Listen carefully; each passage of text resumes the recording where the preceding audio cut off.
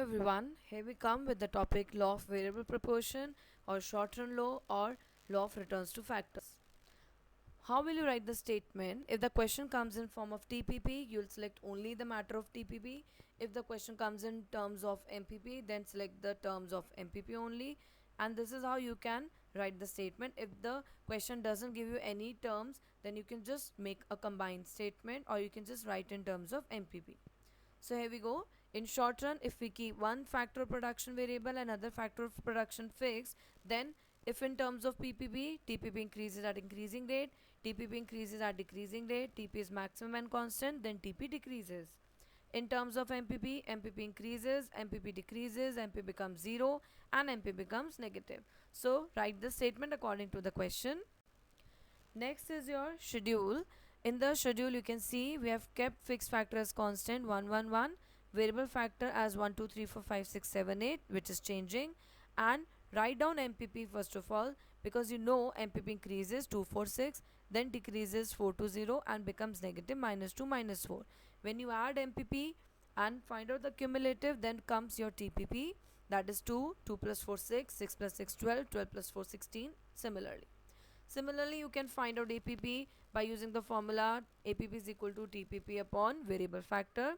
So 2 upon 1 2, 6 upon 2 3, 12 upon 3 4. So you can find out TP AP through MP. So the basic thing which you have to learn is the behavior of MPP only. Next is diagram. We take variable factor on x-axis, TP, AP, MP on y-axis, and you can get TP as a blue curve, MP as a red curve, and AP as a green curve. Just take care that when TP is maximum, as you can see the dotted line, then MP has to be 0, and that's why MP touches x-axis. This is important point while drawing the curve. Then comes your phases. Phase 1 increasing returns to factor, in which MP increases, AP increases, TP increases at increasing rate. In phase 2, that is diminishing returns to factor, MP decreases, AP becomes maximum and decreases, TP increases at decreasing rate. Phase 3 is negative returns to factor, MP becomes negative, AP falls and TP falls. If the question comes in MP terms, then only mention MP and draw curve of MP only and draw schedule of MP only. So control your question and your writing according to the things given in the question.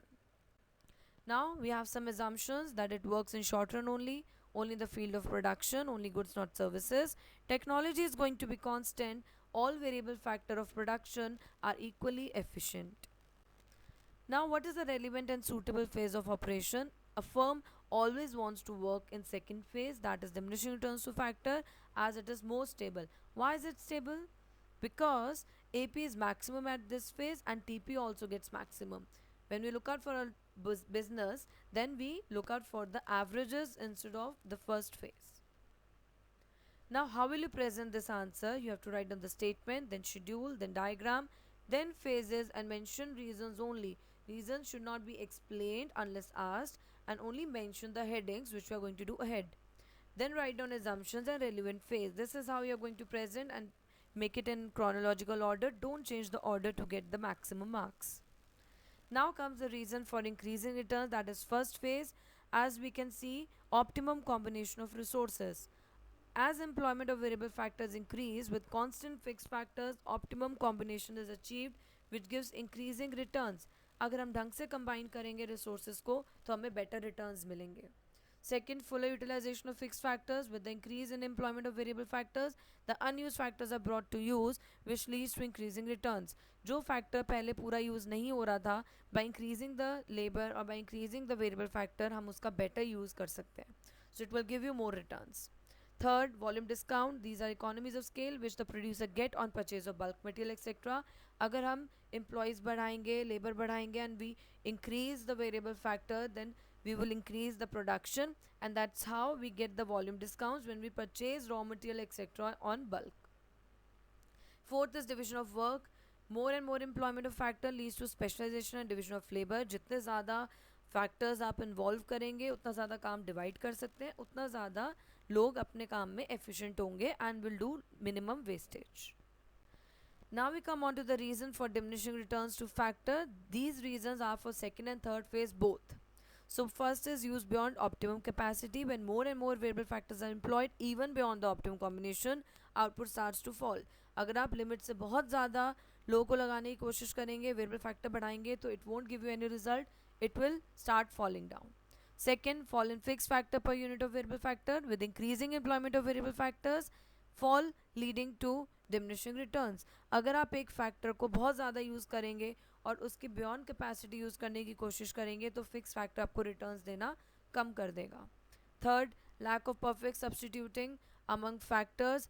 Up to a certain level, factors can be substituted for one another. For example, more labor instead of machinery, but after a level, this leads to fall in efficiency. हम सिर्फ machines नहीं लगा सकते because we need labor to operate it. हम सिर्फ labor नहीं लगा सकते because we need machines to get more output. So everything has its own place. We cannot substitute perfectly. जिस वजह से अगर हम substitute unnecessary करेंगे तो हमारे returns fall होंगे. Fourth, scarcity of factors. After a certain level of employment of factors, factors become scarce and output reduces. अगर आपके पास factors की shortage है, then you cannot increase your output. I hope you enjoyed the video by Ridhima Sharma classes. For more videos, visit our website acadher.com. Thank you and have a nice day.